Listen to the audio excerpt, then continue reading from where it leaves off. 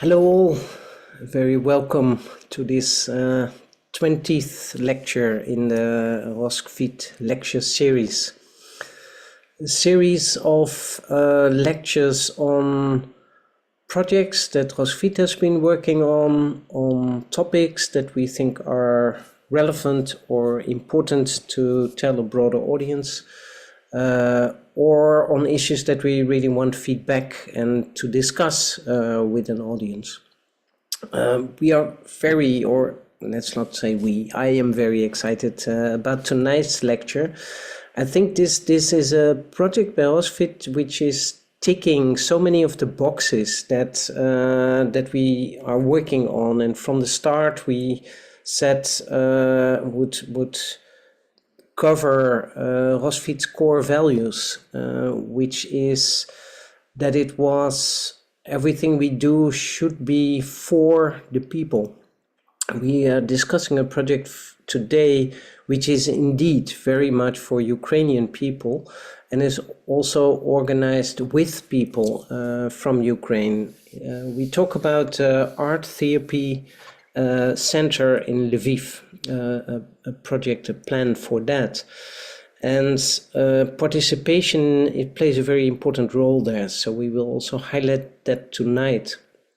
But then we also have, of course, programming aspects of it, how to do that inclusive, how to do that with a holistic view on design, but even urbanism, how is it being taken part of the surroundings. And last but definitely not least, how it is built, with what kind of materials. So there will be also a big portion of today's talk on the material and architectural aspects of this building. It is still a plan. It's a design which is there now and which we are working at this moment to try to really implement it and start building it. My guests tonight know a lot more about this. Let me very quickly introduce them and give them the floor. So they are team members and team lead Natalia Kozub, Mariia Tselik, who will both take a different portion of the discussion. And we have Artem Ryzhkov, who is working on the material side of it, the building materials.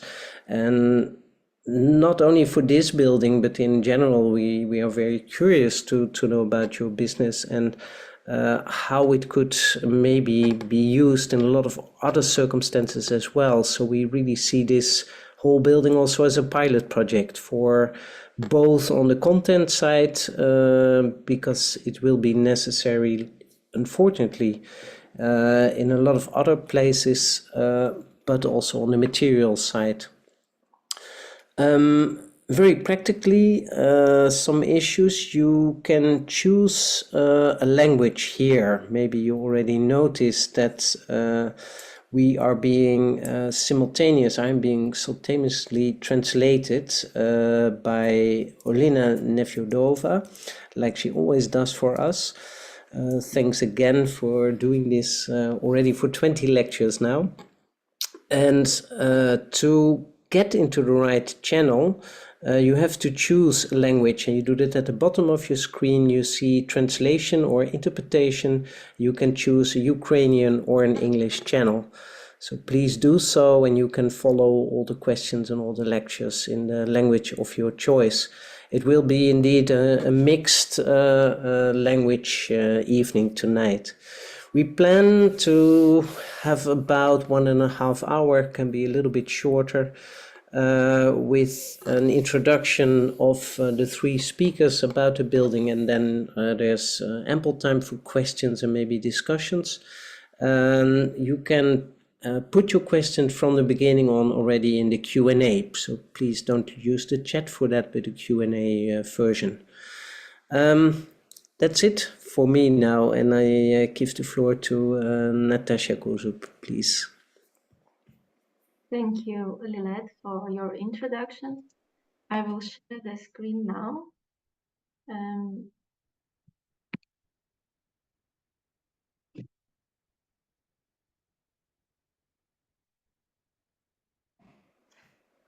Perfect. Thanks.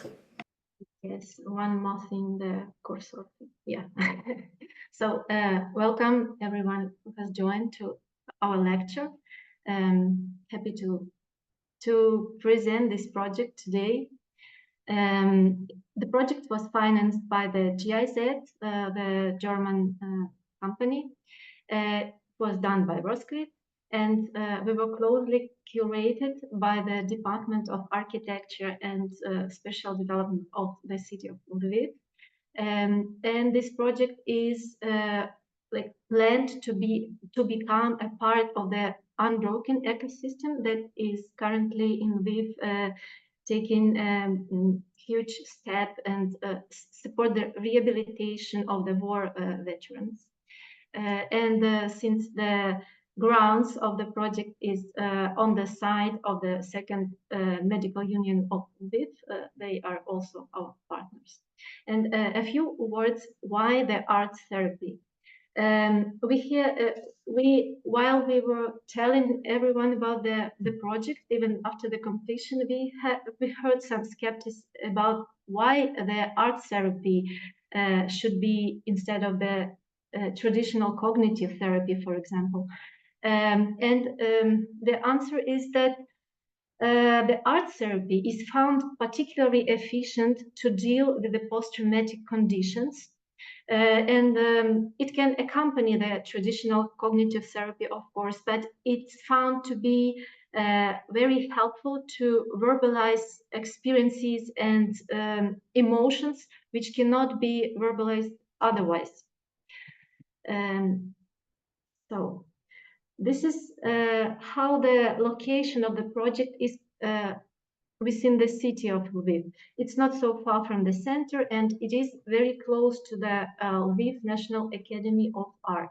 And this is important because currently the teachers of the Lviv National Academy of Art, they are doing the art therapy sessions for the patients of the Unbroken Center already. And but the problem now is that the academy is not particularly suited for the veterans. The accessibility is an issue, and the grounds, the spaces are not done specifically for the art therapy, and this is what our project was to solve.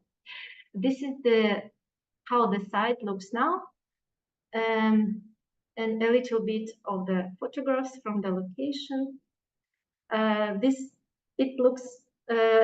buildings that are there now, they will be destroyed, and then in place of them, the new center is planned to appear. This is our plot, and we are taking approximately this part of it. And our neighbor is this hospital building, which is closed now, and it's been renovated to become the hospital for the palliative care, but under renovation at the moment. And in place of those three small administrative buildings, we were planning our new center. And this location was quite it is very beautiful because it has so many mature trees, but because we wanted to preserve the trees and to take only the space that between the trees, we had quite many constraints, and we could take like not so much space of the plot to plan our buildings. And additionally to that, the location has quite a steep slope of about 9 meters from top to bottom part of the street. So to solve the accessibility issue was quite a challenge. And what about the art therapy centers, this typology? Such centers do not exist in Ukraine yet. They exist in other countries, but in Ukraine, for Ukraine, that would be something very new. And we had to understand how such an institution could function because we had no examples in Ukrainian cities. We decided to have this very participative planning process. And we started the project ran from January to May until May, and we had like 3 periods of intense participation. We began from the interviews with art therapists who are working in Lviv and in other cities and represent different methods like drawing therapy, music therapy, theater, drama therapy, from interviewing them. And also the stakeholders, like representatives of the Unbroken Mental Health Department and the National Academy of Art rector. What is happening, how are they doing the art therapy now in Unbroken, and how would they imagine such a center. And after the interviews, we gathered the people with whom we already engaged to a design workshop in Lviv. And we had a very intense day of brainstorming, and we generated 3 concepts of how the center could work. And then based on this, what we have learned from the practitioners in the field, we designed 3 special planning concepts, which we went back to our therapists and showed to them and asked for their feedback. And this is how we came to our final concept. These are the wonderful people who worked with us, who gave us the interviews and the insights about the practical aspects of the art therapy. The director of the mental health department of Unbroken, Oleg Beryzyuk, and Vasil Kosib, the rector of the art academy, who is currently his employees are organizing the art therapy sessions. For example, Olena Sira he has textile therapy sessions with the patients of the Unbroken. Veronika Sklarova, she's a director of the Art Therapy Force project, which is providing the training for the existing universities, for the students of the university that teach students in creative specialities to also to give the art therapy to the people in need. And then we engaged with therapists of the Ukrainian National Association of Art Therapists, Olena Voznesenska and Odessa Tsimbala, Irina Harchenko, and we also had 2 music therapists, Olena Romanova and Malina Slot. When we had our final feedback sessions about the 3 special concepts that we designed, we were lucky to have feedback from the experts from the Canadian Center of Art Therapy. This center is a part of the university department that teaches art therapists, and they also have this center with already functioning for several years. So we could have their feedback on the program that we proposed and how it can all work together. These are some photographs from our workshop. The workshop was in approximately 3 stages. At first, we had the brainstorming and warm up when we asked people how would they imagine such a center, what would be the key features and ideas, images that come to the mind, and what would be the potential users of the space, the groups of users, how would they complement or contradict, what could be the potential conflicts, what could be the activities, how they could complement one another. And then we divided the participants into 3 groups, and each group was given a task to make a list of the rooms for a center and how these rooms would be interconnected together. And each of the groups had some special concepts which were already very good. And then each group presented to others their concept, and we had a session of comments and feedbacks. And after the workshop, we were already able to make a reference program of like a library of the spaces which a center could have. And based on that program, we made three concepts. This is the first one. We called it the smallest one of 500 square meters. We called it the canyon because the reception space, it went like a canyon through the three buildings. Those three buildings are the same in size and one floor high, and it was the minimum, the bare minimum which we could, which the center could include. But because we were so limited in this empty space between the buildings, between the trees, this program was very squeezed, and even the spaces were too small, as we had the feedback, like space for group musical therapy of 55 square meters would not be even enough. So we had to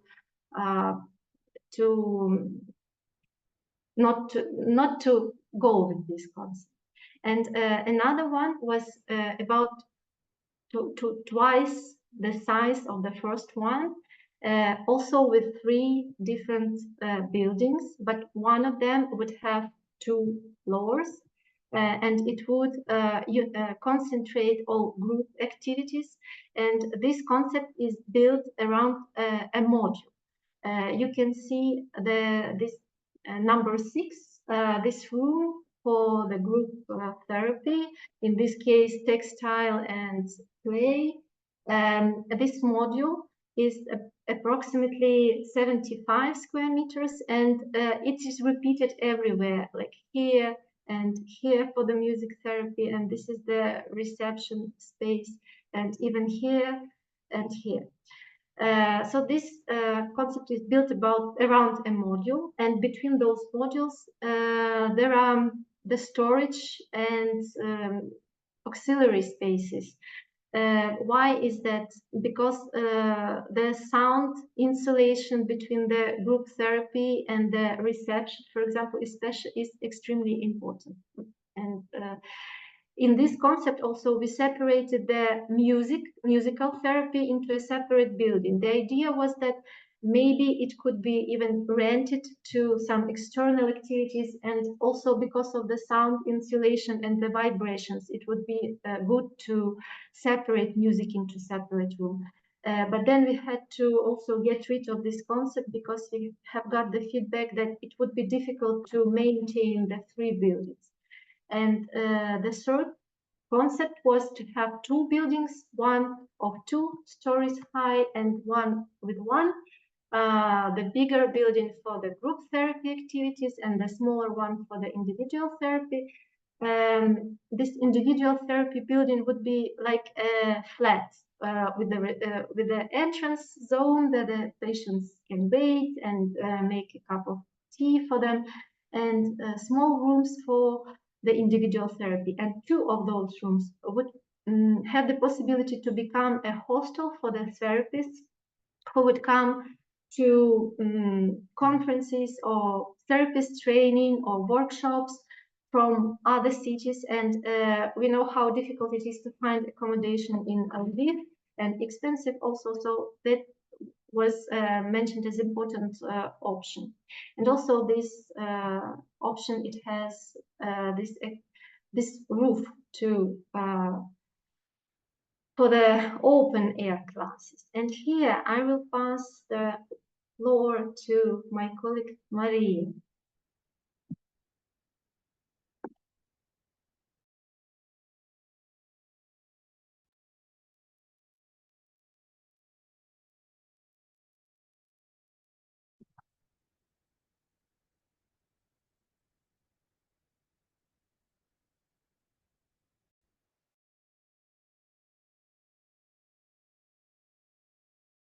Good evening, everyone.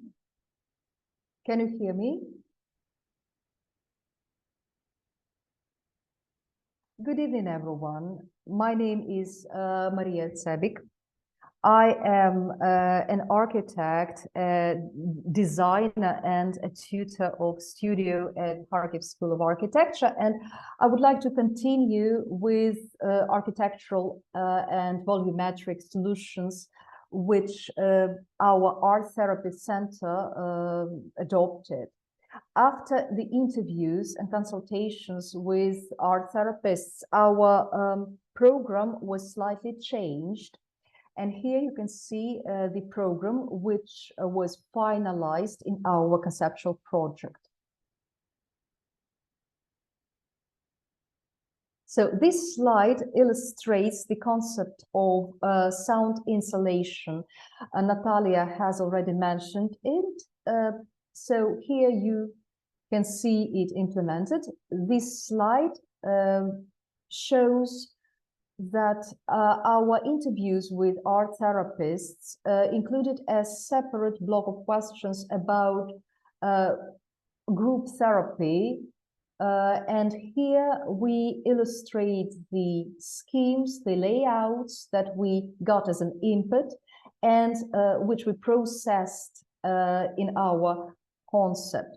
So these will include special flooring for dancing, sound insulation in the module for music and drama art therapy, also big desk which can be transformed into smaller desks for flexible work, big storage unit, and big soft lounge zone for communication and recreation after the therapy. Also, a very important part is the sink and the running water, which is essential for creative arts and pottery. We are planning to install the pottery unit for 6 clients. This was our key issue here. And also here is the module for individual therapy, which has also been commented on by the art therapists. So they mentioned that they need a comfortable workstation with a computer for the art therapist himself or herself, and workstations for the clients. Here you can see the layout of the first floor, and here you can trace the connections between the different components of the program. In the middle of the first floor, you can see the reception and the entry zone to the art therapy zones. The first floor also shows in numbers 8 and 9 the offices for art therapists who have their own kitchenette and an exit to the terrace. Here we have more spacious premises for music therapy, which music and movement therapy, which also require cloakroom, and we put them on the first floor for better sound isolation. And also the pottery room is placed on the first floor to make it accessible for the consumables like clay. So the first floor also features a common kitchen and a terrace, and the group therapy building is the entry point, inclusive entry point to the individual therapy building, and the connection is ensured by the ramp. I mentioned also the active terrain, and the convenient angle of this ramp was a challenge, but we managed. The building for individual therapy was planned as a private house, and so here we have a plethora of rooms, starting with the sitting room, a small kitchenette, and this is the space for waiting and for communicating. Here you can also see the rooms which can be converted into a temporary hostel. And finally, we can also move to the upper floor. The upper floor in the building for group therapy is the key premise for the whole complex, because here we have 2 rooms for art therapy, drawing therapy, and they have big storage units adjacent. And also we have rooms for de-escalation, unwinding, which is very important for an art therapy center. The essential part of this space is a big hall with children's playroom, and this hall is the transition room, which leads to the roof of the physical therapy building with the pavilion for outdoor therapy during the warm seasons. We were especially attentive to convenient and various scenarios for art therapists. Here you can see the connections. Both the art therapists of our team remarked that creating a supportive art therapy community is extremely essential. That is why we have planned not just the largest possible waiting room, but also we added them. We added open air terraces, living rooms, and as I said, the usable room. Therapists are especially important as users of the building. They work in the building very intensely, and they stay in the building from dusk till dawn. And so we try to make them as comfortable as possible, and we try to take into account all possible scenarios of their stay. So they have not just convenient workstations and workspaces, but also they have a co-working office, their own kitchenette, the hostel opportunity, and we believe that this roof space can be used by them for morning yoga, for instance.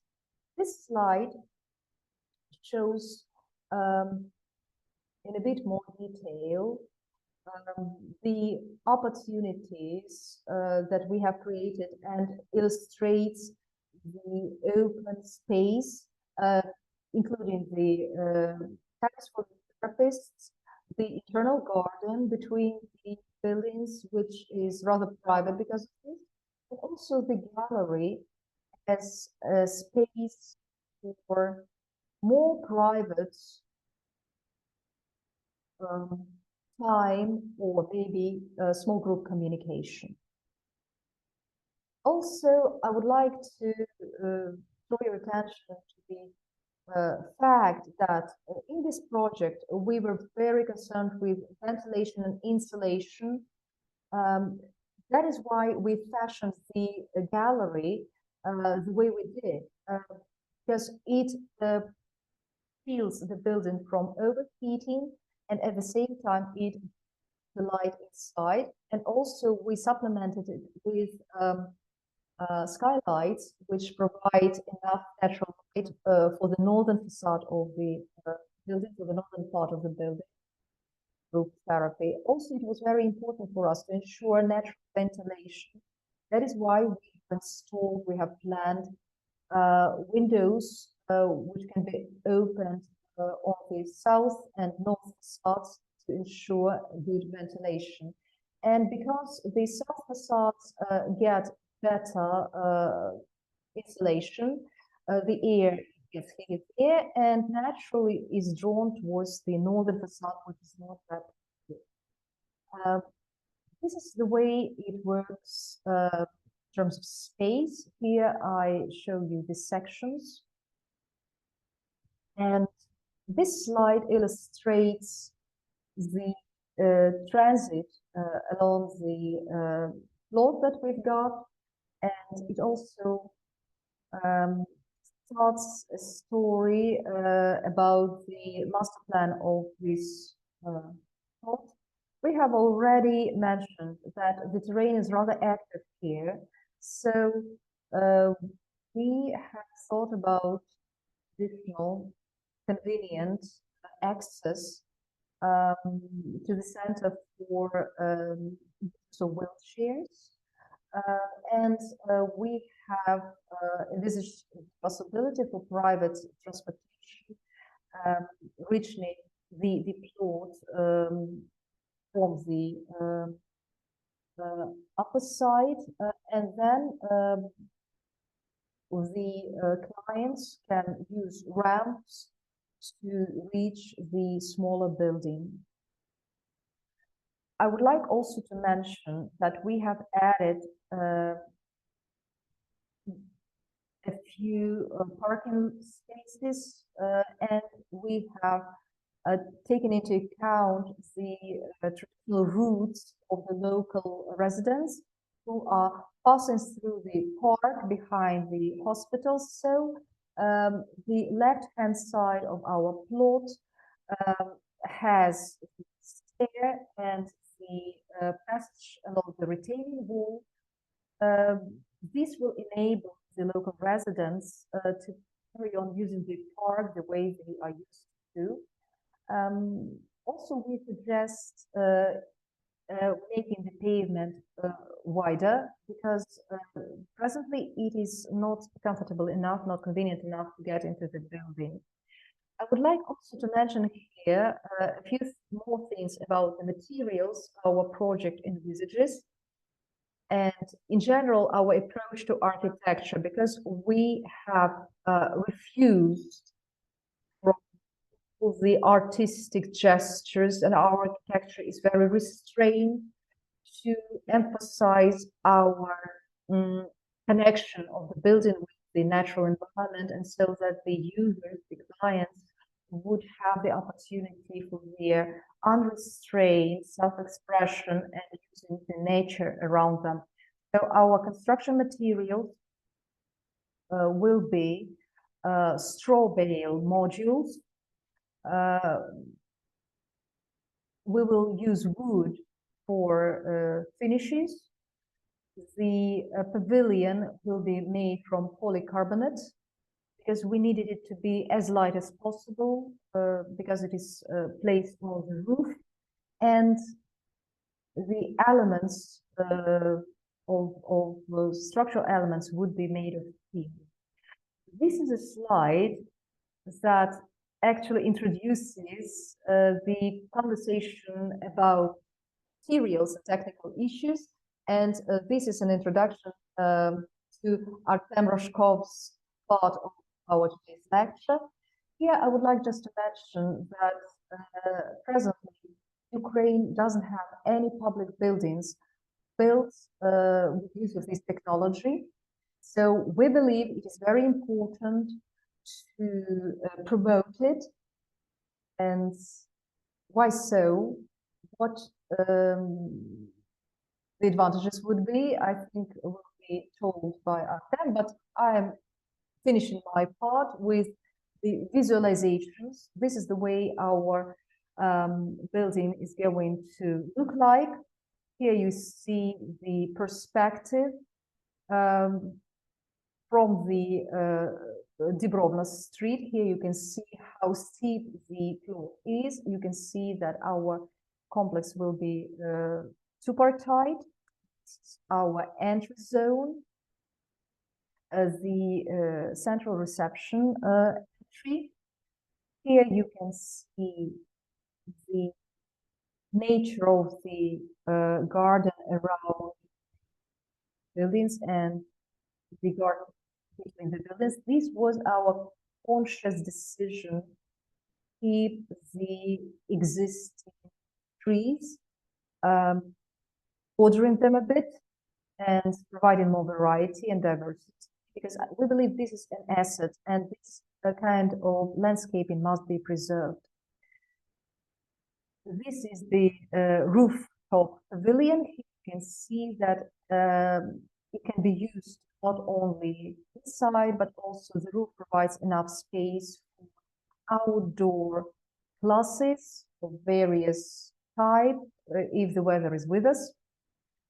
And this is the visualization of the reception area. Here you can see that I think it shows very clearly that the reception is a kind of transparent space which has light from all the sides, and I believe that it will be really very attractive for the visitors.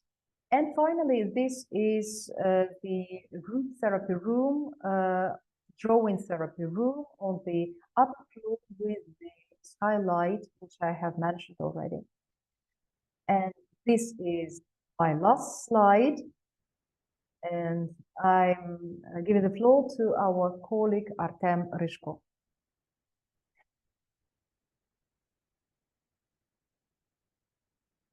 Thank you very much, Mariia.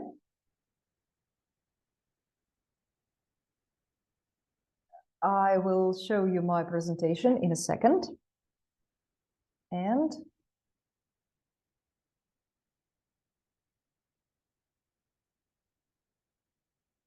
just a sec.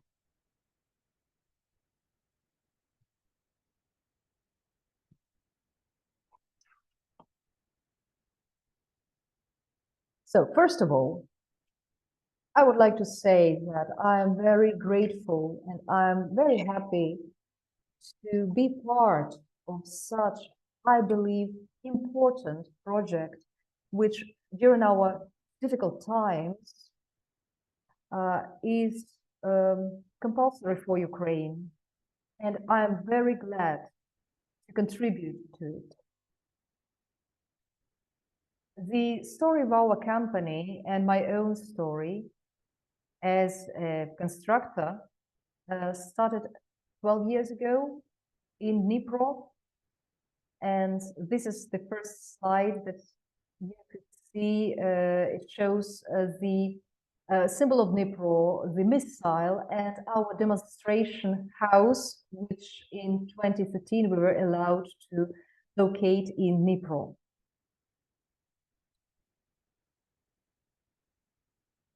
Our company started with my family and our decision to build our own house.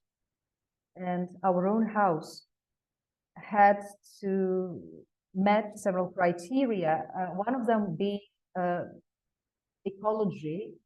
And despite the fact that then the technology of straw bale building was not very popular in Ukraine and it was not researched at all, we risked it and we built our first house using this straw bale technology. During the construction, I realized that this is a very interesting technology and it is viable. And to build such houses, you need to be very professional. You need to have a lot of free time to do it. And so I decided to help this technology and started thinking how I can industrialize this process of construction using natural materials. Here you can see the short roadmap of our development, of our company's development. Unfortunately, this slide is in English. I didn't have time to translate it into Ukrainian, but now I'm just using this slide to share my information with the international community. That is why English. So during the 12 years of our company, we built more than 120 houses. And here the story finishes in 2018. On this slide, because in 2018 we felt that we need to scale up our production, and we relocated to Kiev from Dnipro, and in 2019-2022 we worked very actively. During these years we built 63 more houses, the same number that had been built during the previous years, and we built the first large-scale houses and the first three-story straw bale house in Ukraine. We started cooperating with our European colleagues. We started exporting our products to Europe, and we founded our own Ukrainian company together with friends. And unfortunately, we had to face the full-scale invasion, which, to tell the truth, started with the bombardment of our manufacturing facility in Brovary next to Kiev. We had to stop for some time, but then we realized we must go on, and so we continued developing our company, Lifehouse Building, and the Czech company branded Svarog. During this process, we opted for Svarog as our new brand for our technology, and the only difference was that it was differentiated as Svarog Ukraine and Svarog Europe. We decided to choose this very Slavic name, Svarog, of a pagan god, so that we could show that the technology we are using has deep roots. And you can say that these pagan gods are supporting us in our use of natural materials in modern life.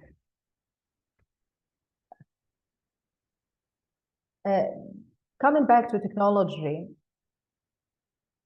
step by step, we learned how to transform natural materials familiar to every Ukrainian, straw, clay, wood, into an industrial, highly technological products, which is very conveniently assembled at any construction site to make a warm, modern house, and it will be assembled like Lego building blocks. Why we have decided to work with straw? Straw and clay are the materials familiar to each Ukrainian and to our ancestors, and you can also say that these construction materials are part of our Ukrainian DNA. Besides, they are very accessible as raw materials, timber, straw, clay, and this allows us to use local recyclable materials in construction to build very warm, breathing houses, and due to industrial technologies, they will be long-lasting. Our key goals and the things that we see in, you can say, traditional construction used everywhere are the following. So the deficit of construction materials and their costliness slows down construction. And so to resolve this challenge, we decided to use local raw materials and as little energy as possible. This allows us to economize on construction materials and build houses which would be low cost. The second challenge we decided to tackle were the consequences of construction and their maintenance for ecology.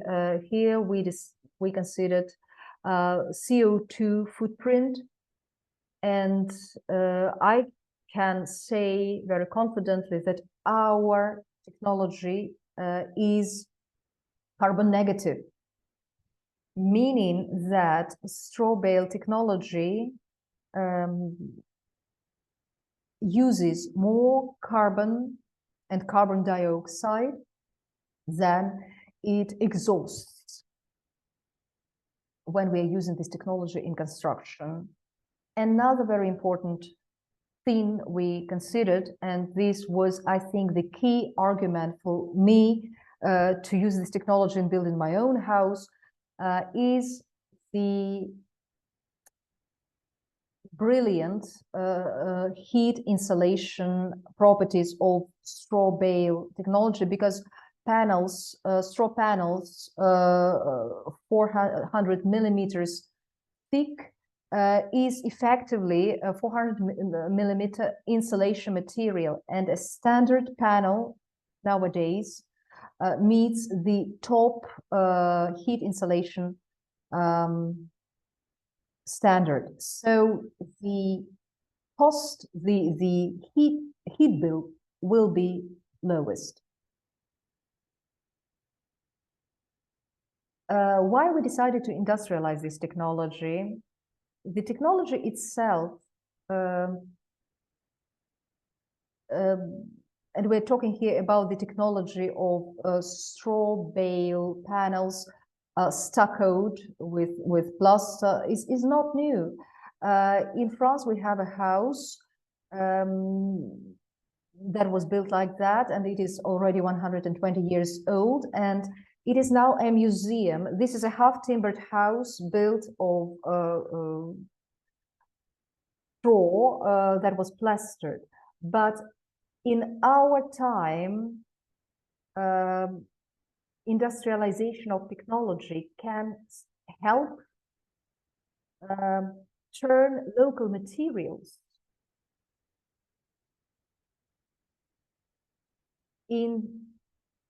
into very convenient construction materials in absence of professional constructors, because using such materials is easy for beginners, and these materials can be used to create warm and cozy and reliable and sustainable housing for everyone who needs it. So the hospitals, and I'm not speaking only about housing, hospitals, rehabilitation centers, and other public buildings can use this technology.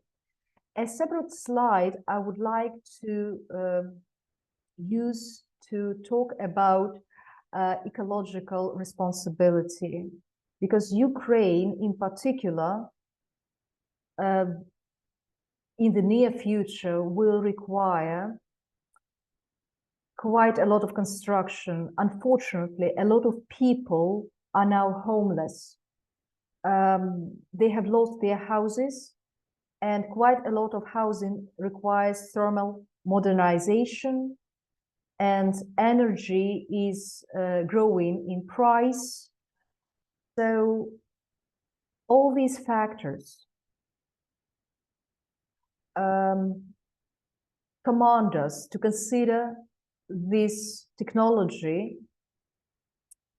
as an alternative to the traditional construction technologies, which give so much exhausts, CO2 exhausts during their construction and maintenance of the buildings. So for our team, it was essential to minimize our carbon footprint during the construction period, and while using the resources of our planet, when we are taking things from nature to build something.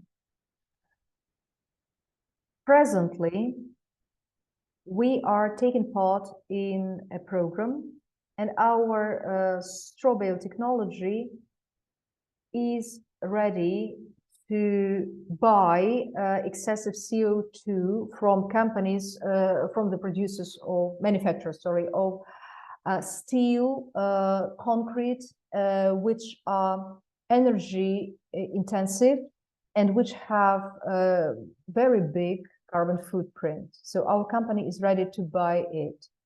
And to compare with traditional construction technologies, our straw bale technology leaves the minimum carbon footprint from the point of view of CO2 exhaust, and taking into account the absorption of CO2 with clay and lime stucco and straw itself, the result is that our technology is carbon negative. At the same time, our houses are very well isolated and almost passive. So, and when we are building the house, we do not need additional isolation because all the panels are ready, and actually they have very strict dimensions and they can be assembled as children's building blocks. And so it gives us a very short construction process in comparison with traditional construction technologies. And I don't want to miss it.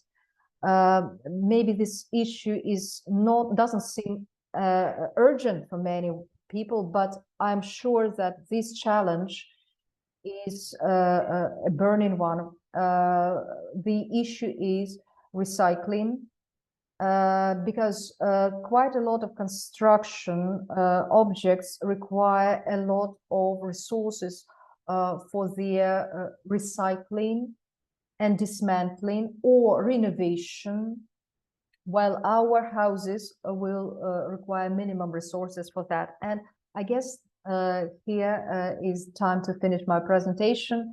Glory to Ukraine, and I'm ready to answer your questions.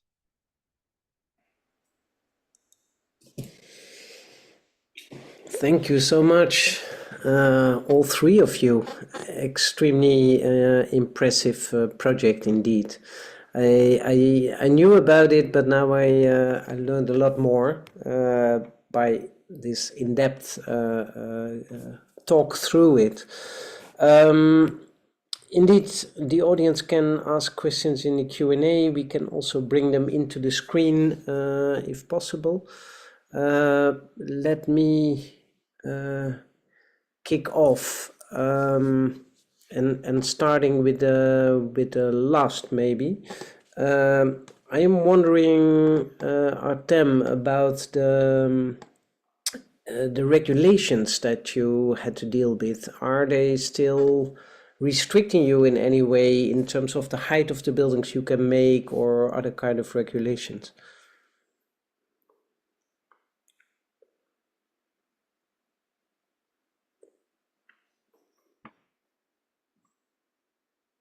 Thank you very much. It's a brilliant question. Because this is half-timbered structure, classically, our panels have the bearing qualities to support 3 floors. If we are planning to build higher, we are able to use these panels to fill in the walls using the concrete or steel frame. This technology is very widely spread in Ukraine. So I know that Ukraine uses steel structures, etc. But I know that there is European experience of building an 8-story house using this bearing structure of glued wood, and the straw modules were used as insulation materials until the wall. Yes, indeed. We are actually, it would be nice to have you then again. We are planning a whole session on wood and wood buildings, and trying also maybe to influence also kind of regulations and to come up with examples worldwide, like how far it's going and what are the benefits of it. So hope you are with us then again.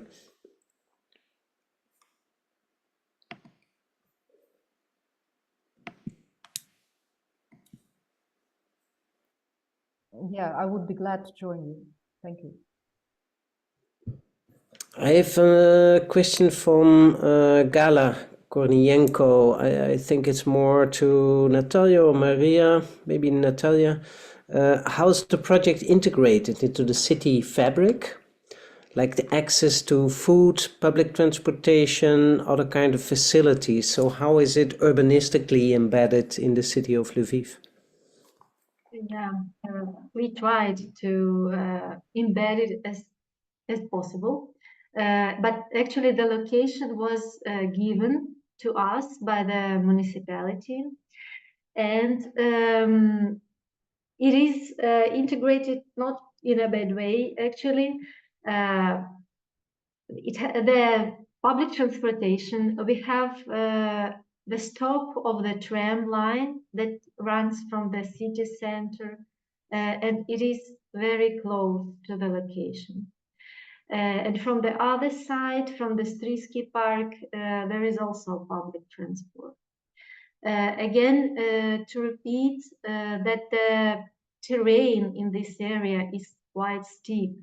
So the people who come would have to walk. The walking there is not the most comfortable, but this is what we have.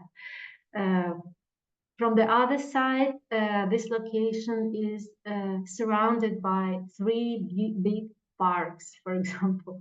Regarding the food, that's why we actually have two public kitchens there. One for the therapist, not public, but kitchen for therapists, small kitchenette for the visitors of the individual therapy, and a public kitchen for even for visitors of the center, or in case of workshops or conferences where people would be able to eat in the center because there is not much around.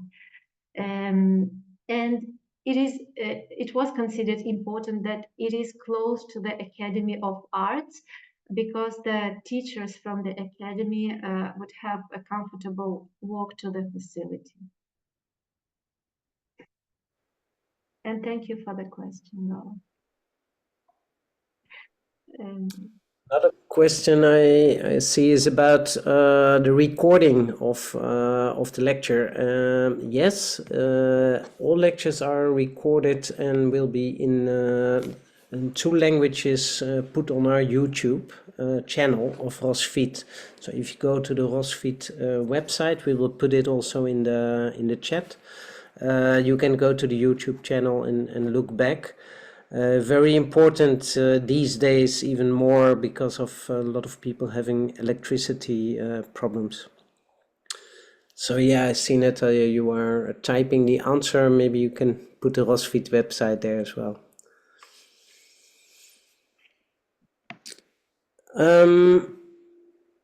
I had another question which had to do with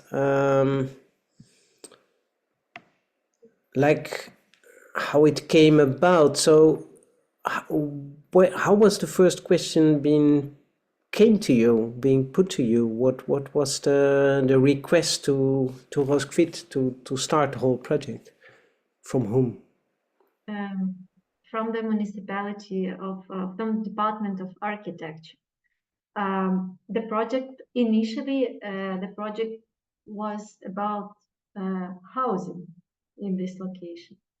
But when we came to the kickoff meeting, the request changed, and it was like in this location, maybe not so many housing can be placed, but we would like to have the art therapy facility for the unbroken, because they are doing the art therapy already, but the premises are not specially adjusted for it.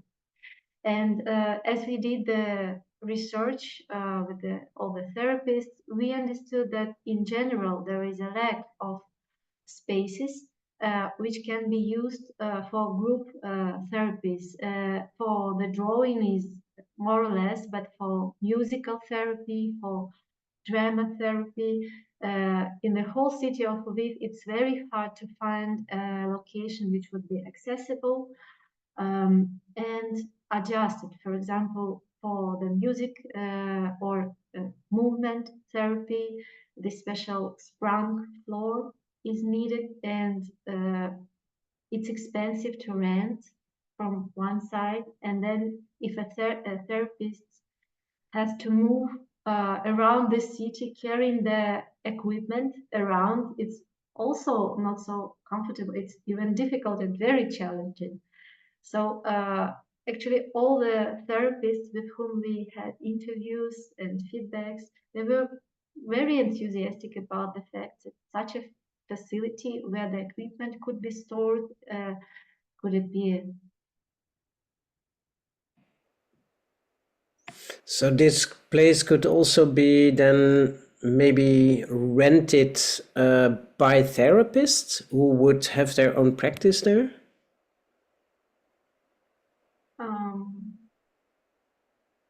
We don't know because this was a tricky moment in the whole planning, that Unbroken now has the therapists who are doing these sessions, but it's not institutionalized yet.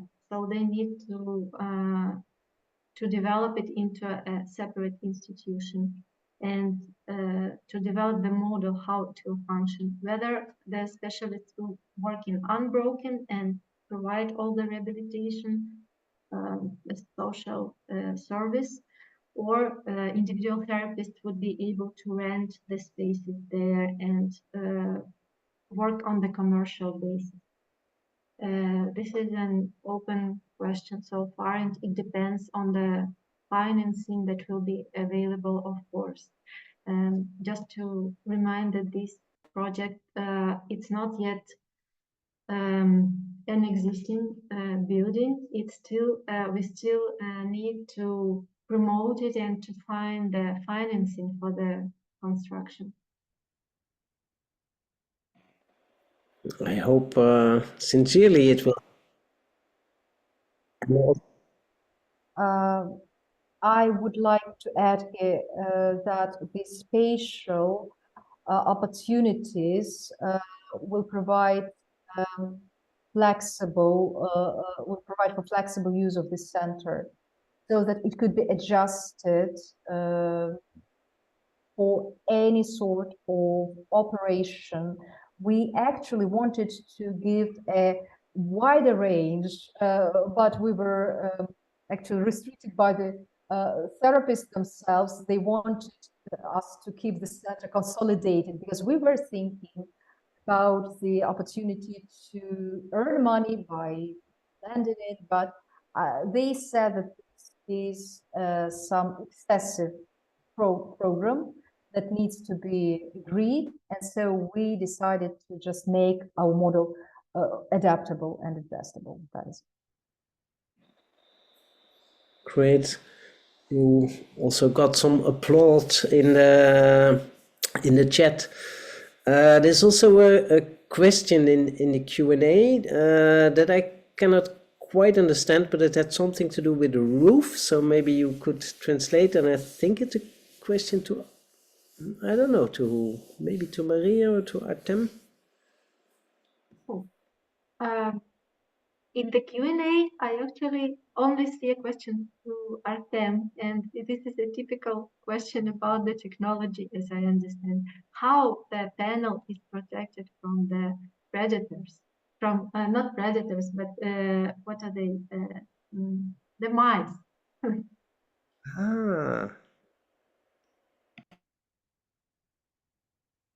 Thank you very much. Really, this is an important question. And this is one of the top questions that are asked. As soon as people hear about straw technology, at once they think about rodents. So mice can eat this house, right? I would like to calm you down. No, straw is not nutritious for mice. Mice do not like straw. They don't eat it. Of course, mice, rats also, polecats can try to find some spaces, for their cozy nooks. But to fight this, to counteract, we have a few protective barriers, protective elements, so that this house is safe and secure from intrusion of rodents. And our practice shows, and our European colleagues' practice shows, and together this is more than 40 years of practice, we have never encountered mice problem in a well-built, straw bale built house. And there are several reasons for that. First thing, the straw inside the panel is pressed very densely by around 5 tons of weight. So, and this prevents mice from making a house inside, because as soon as it gets inside, the straw actually packs, pushes it out, and so it needs to start again, and so mice get disinterested. The second thing we are using is we are using special facade panels made of densely packed straw, also natural, and they are plastered, but these panels themselves are very dense, and they look like OSB board, this kind of density, but they are naturally made without synthetic glues. And the third layer of security is a mesh, steel mesh, 1 meter off the ground. It is covered by plaster, but even if the mice try to spoil the facade, to gnaw inside, mice will be stopped by the grid, by this mesh, metal mesh, which is impossible to get through. So sometimes we are using also lime. We are adding it to the plaster, or we are using lime plaster for our facades. And lime for mice is an alkali substance, and it burns the mouse of air, and so they stop trying to get inside. But even without barriers, a straw panel is not interesting for rodents, because pressed straw is not comfortable, it's prickly, it's not nutritious, and a mouse will rather choose some other nook in the attic, or maybe some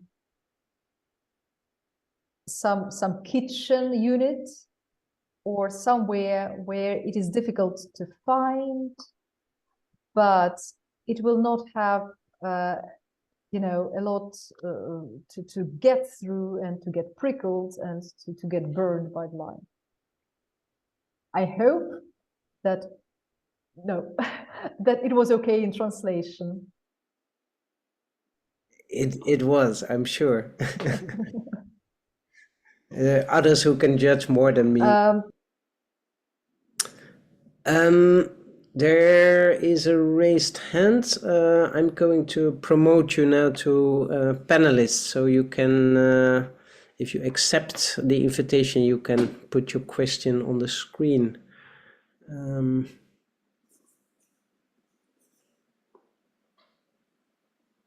Let's wait. You're entering, or rather rather not.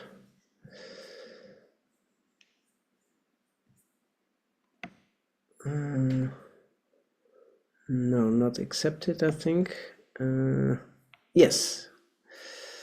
Please go ahead. You are muted now.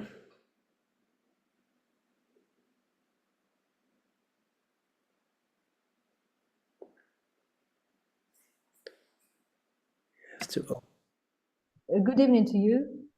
Yep, that was me who asked the question about mice. Thank you very much for your answer. Why I was asking it?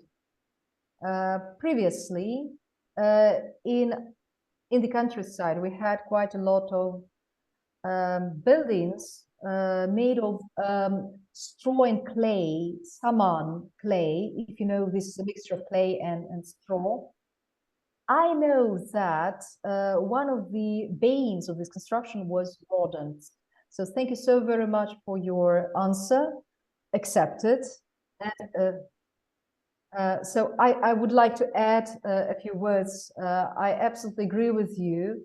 I have the experience with saman, and I'm from Dnipro. My grandmother lived in a saman hut, and I would go visit her in the summer, and really wall made of clay mixed with straw is rather good for mice, and mice love digging it and making their holes there, and without extra protection, really these saman houses would suffer in early autumn from the invasion of mice. Yeah, I know this, but we have taken these aspects into account, and in our contemporary technology, this is no longer a problem. Great, thanks for the question and the answer. You got also by now an invitation from City Council of Kramatorsk, which is fantastic, of course, because yeah, I do think indeed these kind of projects, this needs to be spread. So all kind of opportunity to be able to do so, and therefore also we will put it on the YouTube channel that people might see it and might be interested. So please feel free to contact one of the speakers or go through Rosfit to do so, and approach us, and we can see possibilities to also repeat this kind of projects in other places, because like I said before in the beginning, they unfortunately are extremely necessary and will be very necessary in the future also, because like we all know, it's not just about the destruction of houses and buildings, but it is about the destruction of minds, and that will need a lot of recovery and for a longer time to come.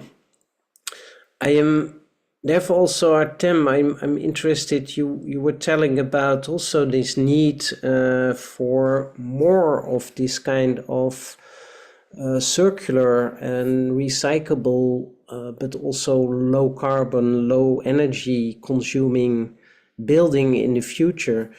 Do you already get questions from within Ukraine or from outside Ukraine to help in that in the future? And are there people thinking with you of creating more factories, maybe back in Ukraine, not only in Czechoslovakia?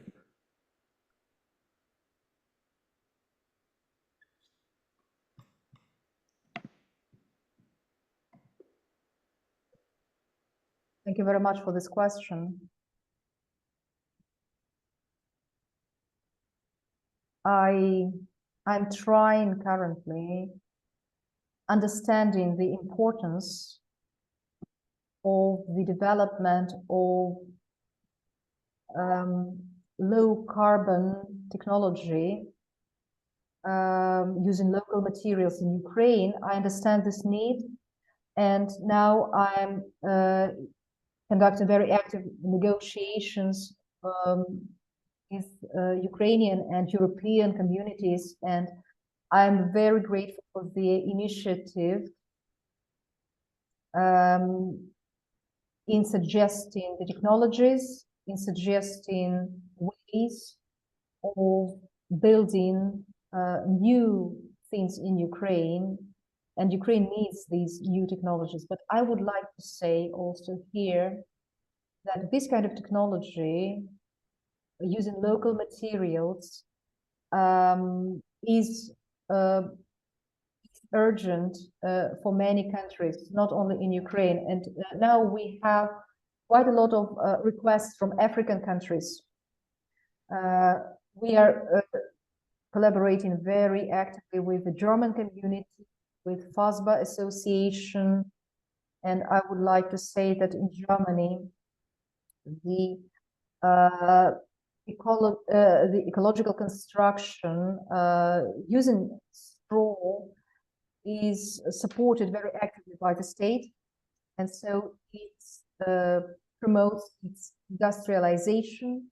I'm really very happy that Dutch, Belgian, German colleagues are currently very active in designing projects, both in construction of specific buildings, some public centers, and also in the finding opportunities to join forces for territories most affected in Ukraine to build their clusters, clusters to produce materials based on local resources, and to involve Ukrainians in